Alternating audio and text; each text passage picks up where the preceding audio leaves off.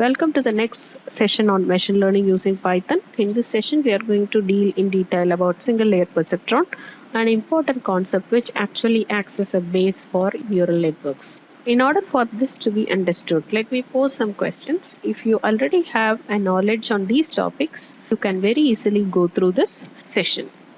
Do you know already about what a multilinear regression is? If your answer is yes, what is the formula that you will apply in order to arrive at a regression fitness function? Yes, it is y is equal to w1 m1 plus w2 m2 plus wn so on up to wn mn plus bias, where m1 m2 m3 m2 mn are all the attribute values and their weights correspondingly will be w1 w2 and so on up to wn.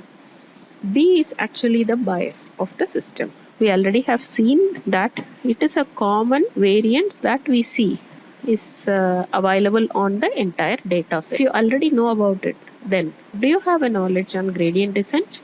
If you don't have any knowledge on both the things, go back, read our previous videos. Gradient descent. It's a methodology to bring or to adjust your weights in order to bring your error value down to its local meaning. So how will you do that?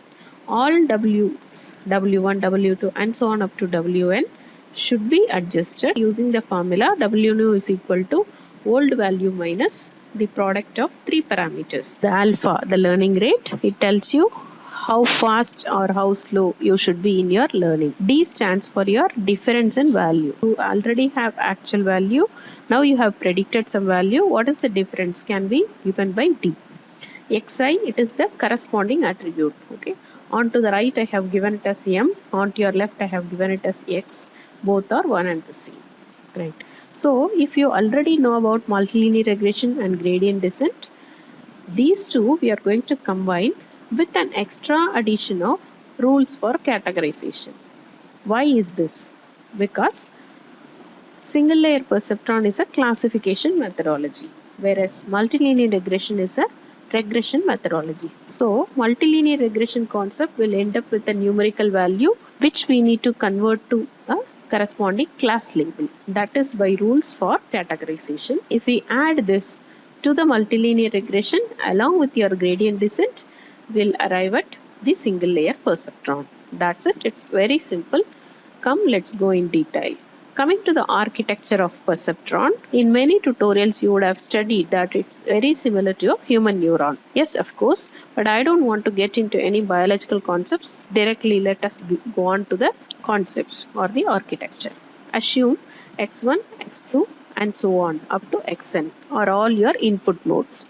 Given a data set, you will have n number of attributes and the values corresponding to a particular entity for all these attributes constitute x1, x2 and so on up to xn. Let us take a simple example of a student. While coming to the college on his first day, let us assume that he is asked to fill up some of the details like his 12th mark, 10th mark, 8th standard mark along with his engineering entrance mark. And assume a fact that we are going to predict his grade in the coming semester, first semester. Do you think all the 8th standard, 10th standard, 12th standard and your engineering entrance marks will have the same impact towards your first semester result calculation or prediction? No, of course. So, the weightage or the impact that your engineering entrance will give might be slightly greater than the impact that your 12th standard marks will give, which is much more greater than the results that the student has got through his 10th standard or the 8th standard. So obviously, given n number of attributes on your space, not all the n number of attributes equally contribute to your output. Hence, we need to understand that we are in need to compute the weights, which actually in regression we call it as the slopes. Let us assume W1, W2 and so on up to Wn correspond to the weights, which is nothing but the impact that these inputs are going to give to the output. So all these are going to be passed to one computational unit along with the bias. Again, I am telling it is nothing but the common variance that is there in the data set. Variance, I mean not the mathematical variance. I am telling it is the disturbance or the deviation. For example, if you plot all your data points in space, in a two-dimensional space, whatever deviation you have, your x is equal to 0. On the y-axis will be your bias. All these will be passed on to a computational unit where the multiplication along with the bias addition will be carried out. Okay, sigma for all the input attributes from say I is equal to 1 to m. Here m corresponds to n. Okay, you take it in that sense. Wi xi will be multiplied and everything will be summated, and finally it will be summated along with the bias. It will give you a numerical value as the output. So that is the case in multilinear regression. Now since this is a classification technique, we are going to pass this value to a output unit f of x. In technical terms we call it as activation function. So this activation function will take your numerical value that comes out of this computation unit as input, apply some rules to come out with an output. What is your output? That is the class label. That's all. Coming to the different components that this architecture is having, we have input nodes. The input nodes correspond to x1, x2 and so on up to xn. And you have a computational layer which corresponds to the function, which will be computing the function sigma running from I is equal to 1 to m. By mistake I have given as m, actually it is n. Wixi plus bias. And the output node, how will be the output node will be calculated? By using f of x if it is a binary classifier. Okay, mostly single layer perceptrons will be used for binary classification. The function will be like your entity can be placed onto class label 0 if the entire value Wixi plus bias is less than 0, or else it is greater than or equal to 0, it will be 1. And weights, how the weights will be adjusted? It is by using this formula W is equal to W hold minus the product of these three parameters, where D is equal to actual minus your predicted value and alpha is your learning rate. Let us try to map this with the data set that we normally have. How, where and all this x1, x2 and so on up to xn can be mapped? It is to the features that you have on your data set. Every feature for an entity will correspond to x1, x2 and so on up to xn, right? So these are the input attributes. Coming to this output function, output of this activation function is nothing but the class labels that are available in the output value. So if it has two class labels, let us say class A and class B, those are the values that we expect out of this activation function. What about this W1, W2 and so on up to Wn and bias? So these are nothing but the weights that we will initially assume at random, and as and when the entire component or the architecture gives you an output, it will be compared with your actual value, and if there is a deviation, these weights will be adjusted using gradient descent, and again the same process will get continued. Now what is the sequence? So this is about single layer perceptron. We are going to draw it in the form of a sequence. Assign random values to how many ever the weights you have and the bias. Calculate predicted value using the current instance. Whichever row you have selected becomes your current instance. And the regression formula y is equal to w1x1 plus w2x2 likewise. Once done, we are going to check whether the predicted value with the actual value. If both are same, no issues. We proceed with the similar calculation for other instances.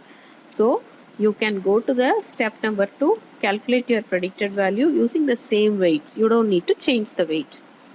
On the other hand, if it is not equal, apply gradient descent to change your weights and then repeat calculating from either from the same instance or from the next instance, that is up to us.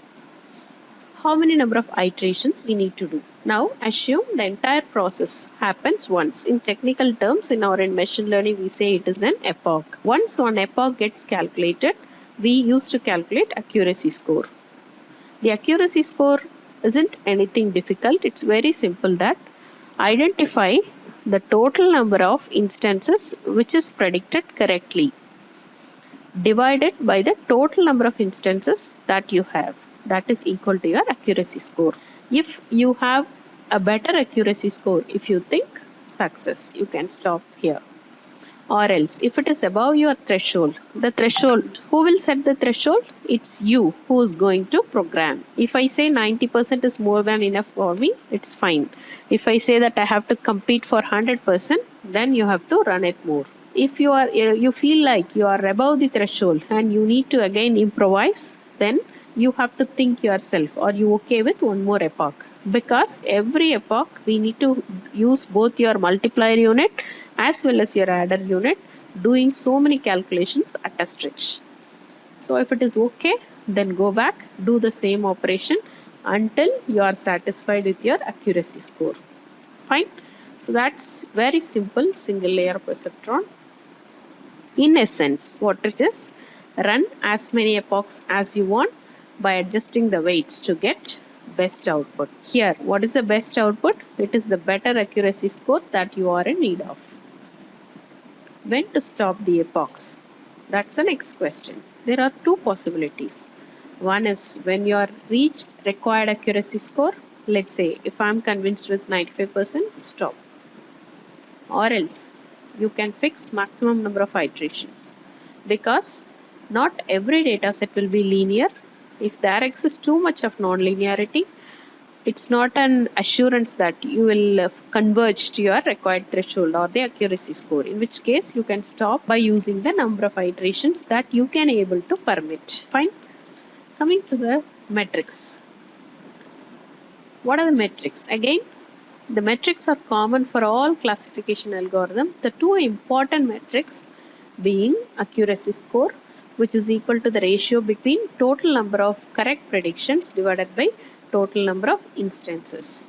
F1 score, a calculation using recall and precision, that is again computed using a matrix called confusion matrix.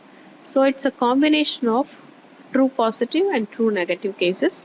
Depending on number of class labels we have, confusion matrix will be of that shape. Hope you have understood the single layer perceptron. The implementation video will be given in the next session.